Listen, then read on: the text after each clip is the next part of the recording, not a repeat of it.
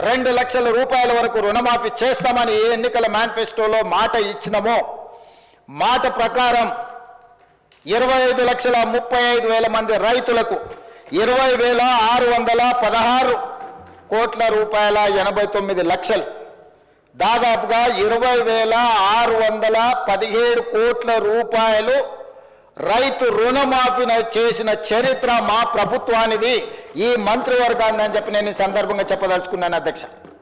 ఈ దేశ చరిత్రలోనే ఏ ప్రభుత్వం కూడా మొదటి సంవత్సరంలో ఉన్న అన్ని రాష్ట్రాలు కావచ్చు, కేంద్ర ప్రభుత్వం కావచ్చు, కేంద్ర ప్రభుత్వం కూడా ఏ ఒక్క రాష్ట్రానికి 20,617 కోట్ల రూపాయలు మొదటి 10 నెలల్లో చేసిన చరిత్ర లేదు. ఇది చరిత్రలో శాశ్వతంగా నిలిచిపోయే ఒక గొప్ప సందర్భము.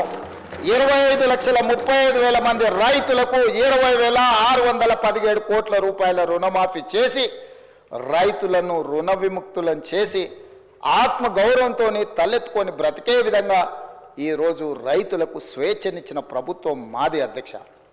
ఈరోజు ఆ రైతులను ఆదుకోవాలన్న ఆలోచనతోని ప్రయత్నం అంతా చేసినాం అధ్యక్ష. అదేవిధంగా అధ్యక్ష, గతంలో రైతు బంధు అన్నాడు, ఎన్నికలు వచ్చినప్పుడే మాత్రమే ఖాతాలలో పడేది.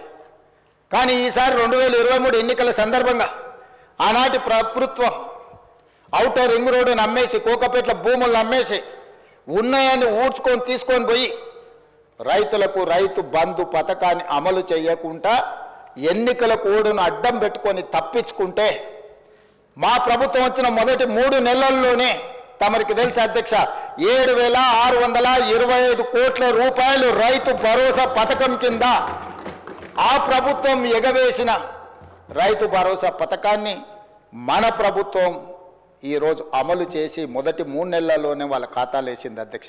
అదే కాదు, ఆనాటి ప్రభుత్వం రైతు బంధు కింద సంవత్సరానికి 10,000 ఇస్తే 10,000 సరిపోదు, దీన్ని 12,000కు పెంచాలి అని రైతు భరోసా పథకాన్ని సంవత్సరానికి 12,000 చొప్పున పథకాన్ని ప్రారంభించి ఈరోజు వాళ్ళ ఖాతాలో నగదు పడతా ఉన్నది అధ్యక్ష. మార్చి 31 లోపల మొత్తంగా వాళ్ళ ఖాతాలు వేయాలనుకున్నాం అధ్యక్ష. ఇదే కాదు అధ్యక్ష, గ్రామాలలో మీకు తెలుసు, దళితులు, గిరిజనులు, ఆదివాసీలు, బలహీన వర్గాలకు సంబంధించిన వాళ్ళకి అందరికీ భూములు లేవు. వాళ్ళకు భూమి లేకపోవడం వల్ల రైతు భరోసా పథకంలో వాళ్లకు భరోసా ఇవ్వలేకపోవడం వల్ల ప్రభుత్వం ఆనాటి నా పాదయాత్రలు కావచ్చు, మిత్రులు బట్టి విక్రమార్క గారి పాదయాత్రలో భూమి లేని నిర్వాసితులు, భూమి లేని నిరుపేదలు వచ్చి, అయ్యా మాకు భూమి లేదు, భూమి ఉన్న వాళ్ళకే ప్రభుత్వ సహాయం అందుతుంది, భూమి లేని మా గురించి ప్రభుత్వం పట్టించుకోవాలి కదా, మీకు బాధ్యత లేదా అని వాళ్ళు అడిగితే ఆలోచన చేసి ఇందిరమ్మ ఆత్మీయ భరోసా పథకం కింద ప్రతి కుటుంబానికి 12,000 రూపాయలు ఇవ్వడానికి నిర్ణయం తీసుకొని ఈనాడు ఉపాధి హామీ కూలీ కార్డు ఎవరికైతే ఉందో ప్రతి కుటుంబానికి ఇందిరమ్మ ఆత్మీయ భరోసా పథకంలో 12,000 రూపాయలు భూమి లేని నిరుపేదలకి ఈరోజు మన ప్రభుత్వంలో పథకాన్ని అమలు చేస్తున్నాం అధ్యక్ష. భూమి లేని నిరుపేదల యొక్క ఆత్మగౌరవాన్ని నిలబెట్టడానికి ఈరోజు నా ప్రభుత్వం ప్రయత్నం చేస్తుంది అధ్యక్ష. అదేవిధంగా అధ్యక్ష, ఒకనాడు మీకు తెలుసు, ఆనాటి ప్రభుత్వం కేంద్ర ప్రభుత్వంతో కిల్లి కజ్జాలు పెట్టుకొని ఫుడ్ కార్పొరేషన్ ఆఫ్ ఇండియా సేకరించే వడ్లను సేకరించకపోవడం, ఇవ్వాల్సిన బియ్యం ఇవ్వకపోవడం, మిల్లర్లతో కుమ్ముక్కై ఆనాడు సివిల్ సప్లైస్ మినిస్టర్ నుంచి ముఖ్యమంత్రి వరకు మిల్లర్ల ఒత్తిడికి లొంగి మిల్లర్లతో కుమ్ముక్కై ఆనాడు వడ్లు కొనకపోవడం, కేంద్రం కొంటలేదు కాబట్టి మేము కొనం, రాష్ట్ర ప్రభుత్వం వ్యాపార సంస్థ కాదు, మాకు నష్టాలు వచ్చినాయి, 100 కోట్ల రూపాయల నష్టాలను చూపించి వడ్లను కొనడమే ఆపేసి చివరికి ఆనాటి ముఖ్యమంత్రి గారు ఏమన్నారు అధ్యక్ష, ఊరేసుకుంటే ఊరేసుకున్నట్టే అన్నాడు అధ్యక్ష. ఎవరైనా ఒక బాధ్యత కలిగిన ముఖ్యమంత్రి గారు రైతుల కష్టం వచ్చినప్పుడు ఆదుకోవాలి, అండగా నిలబడాలి. ఒకవేళ రైతులు ఆత్మహత్యలు చేసుకుంటుంటే మీరు చేసుకోవద్దు, మేము అండగా నిలబెడతాం, అవసరమైతే కేంద్ర ప్రభుత్వంతో కొట్లాడతాం, మేము వడ్లను కొనుగోలు చేస్తామని చెప్పకుండా మీరు ఊరేసుకుంటే ఊరేసుకున్నట్టు అని బరి తెగించి మాట్లాడితే మేము ప్రభుత్వం ఏర్పడ్డ తర్వాత సివిల్ సప్లైస్ మినిస్టర్గా ఉత్తమ్ కుమార్ రెడ్డి గారు, మీరు వరి పండించండి, ప్రతి చివరి గింజ వరకు కొంటాం, అందులో సన్న వడ్లు పండిస్తే 500 రూపాయల బోనస్ ఇచ్చి కొంటామని చెప్పి 1,200 కోట్ల రూపాయల పైగా 1,206 కోట్ల రూపాయలు సన్న వడ్లకు బోనస్ ఇచ్చి ఈసారి పంట అత్యధికంగా పండించే రైతులు ఈరోజు రాష్ట్ర ప్రభుత్వానికి వడ్లు 1,56,00,000 మెట్రిక్ టన్నులు అమ్మి మనకి ఈరోజు పంట పండించారు అధ్యక్ష. ఒక్క సంవత్సరంలో 260 లక్షల మెట్రిక్ టన్నులు సంవత్సరంలో వడ్లని దేశంలోనే అత్యధికంగా ఉత్పత్తి చేసిన రాష్ట్రంగా తెలంగాణ రాష్ట్రం మిగిలింది అధ్యక్ష.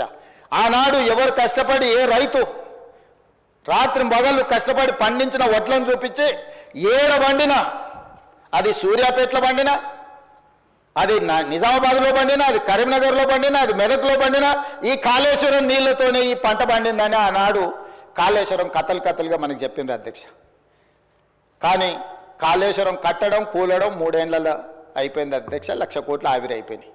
ఆ తర్వాత కాళేశ్వరం కూలిన తర్వాత ఉత్తమ్ కుమార్ రెడ్డి గారు సివిల్ సప్లైస్ మినిస్టర్గా బాధ్యతలు చేపట్టిన తర్వాత రైతులకు మేము ఒక భరోసా ఇచ్చి, మీరు పండించిన వడ్లను చివరి గింజ వరకు మేము కొంటాం, మీరు సన్న వడ్లు పండిస్తే 500 రూపాయల బోనస్ ఇస్తామంటే 260 లక్షల మెట్రిక్ టన్నులు పండించి ఈరోజు రైతులకు ఇచ్చింది. కాళేశ్వరం లేకుండానే ఈ దేశంలో అత్యధికంగా ఒక్క సీజన్లో 1,50,00,56 మెట్రిక్ టన్నుల వడ్లను పండించి ఈ దేశానికి ఆదర్శంగా మన రైతులు నిలబడ్డారు. వాటన్నిటిని కొనుగోలు చేసి 3 రోజుల్లోనే రైతులకు ఈరోజు మేము వాళ్ళ నగదు వాళ్ళ ఖాతాలలోకి బదిలీ చేసాం. ఆనాడు అధ్యక్ష క్వింటాల్కు 10 కిలోలు తుట్టి మీద, తాలు మీద, తడి మీద కొల్లగొట్టి మాఫియా క్వింటాల్కు 10 కిలోలు అని అంటే దాదాపుగా 250 రూపాయలు, కోటి మెట్రిక్ టన్నులు అంటే దాదాపుగా ఎన్ని వేల కోట్ల రూపాయలు ఆనాడు కమిషన్ల కింద మిల్లర్లు ఆనాటి ప్రభుత్వం మంత్రులు గచ్చి కొల్లగొట్టినరు. మీరు చూడండి అధ్యక్ష, లెక్క వేయండి. కానీ మేము వచ్చిన తర్వాత 1 కిలో కూడా తుట్టి తాలు తవుడు పేరు మీద తీయనీయలేదు అధ్యక్ష. తోలు తీస్తామని చెప్పినాం అధ్యక్ష.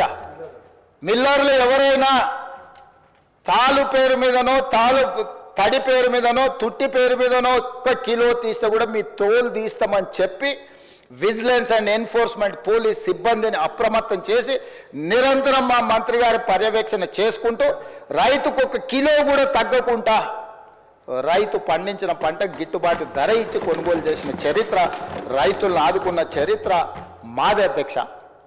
ఇదే కాదు అధ్యక్ష, రైతుల సమస్యలు పరిష్కరించడానికి శాశ్వతమైన ఒక వ్యవస్థ ఉండాలి అని గతంలో రైతుల సమస్యలను పట్టించుకున్న వాళ్ళే లేకపోవడం వల్ల రైతు కమిషన్ ఏర్పాటు చేసి వ్యవసాయం పట్ల చిత్తశుద్ధి నమ్మకం ఉన్న కోదండ రెడ్డి గారిని మొట్టమొదటిసారి తెలంగాణ రాష్ట్రంలో విధానపరమైన నిర్ణయం తీసుకొని రైతు కమిషన్ వేసి దానికి వ్యవసాయము, రైతుల పట్ల సానుభూతి, రైతులను ఆదుకోవాలన్న ఆలోచన ఉన్న వాళ్ళను ఈరోజు కమిషన్ చైర్మన్గా మెంబర్స్కి వేసి ఈరోజు రైతుల సమస్యలను స్టడీ చేసి ప్రభుత్వం నిరంతరం ఒక ప్రక్రియ కింద మేము తీసుకొని ముందుకెళ్తున్నాం అధ్యక్ష. ఇట్లా రైతులను పండించిన పంట, రైతులకు నీళ్లు, రైతులకు 24 గంటలు ఉచిత కరెంటు ఇవ్వాలని, చివరి ఆయకట్టు వరకు నీళ్లు ఇవ్వాలని అన్ని రకాల కార్యక్రమాలను కార్యాచరణను తీసుకొని ఇటు గల్లీ నుంచి ఢిల్లీ వరకు ఈ రైతులకు రావాల్సిన నీళ్ల మీద కొట్లాడుకుంటూ ఈరోజు ముందుకు వెళ్తున్నాం అధ్యక్ష. ఇంతకుముందే పెద్దలు ఉత్తమ్ కుమార్ రెడ్డి గారు సమాధానం చెప్పినారు. ఇక్కడ నేను ప్రస్తావించదలుచుకున్న నీటి గురించి.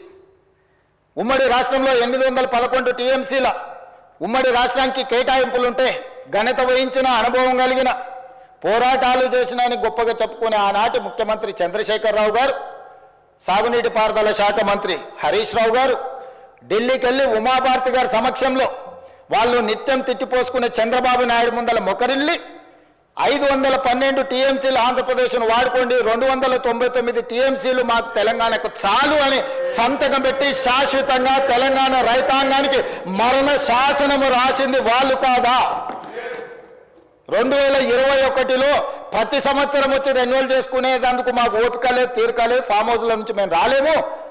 పర్మనెంట్గా ఈ ఒప్పందాన్ని ఒప్పుకుంటున్నాను 2021-22లో శాశ్వత మరణ శాసనం రాసింది చంద్రశేఖరరావు గారు, హరీష్ రావు గారు కాదా అని నేను అడుగుతున్నా అధ్యక్ష. ఇవాళ మేము వచ్చిన తర్వాత వీటిని పరిశీలించి పరివాహక ప్రాంతాన్ని లెక్క పెడితే 68% తెలంగాణకు రావాలి, 32% ఆంధ్రప్రదేశ్కు పోవాలి, మాకు 70% నీళ్లను కేటాయించండి అని గతంలో చేసిన ఒప్పందాలను అన్నిటినీ తిరగ రాయాల్సిందే అని పదే ఢిల్లీకి వెళ్ళి ప్రధానమంత్రిని మొదలు పెడితే జలశక్తి మినిస్టర్ వరకు గతంలో ఉన్న మంత్రిని, ఇప్పుడున్న మంత్రిని పదే ఉత్తమ్ కుమార్ రెడ్డి గారు, నేను ఉన్నతాధికారులు వెళ్ళి కలిసి కృష్ణా పరివాహక ప్రాంతంలో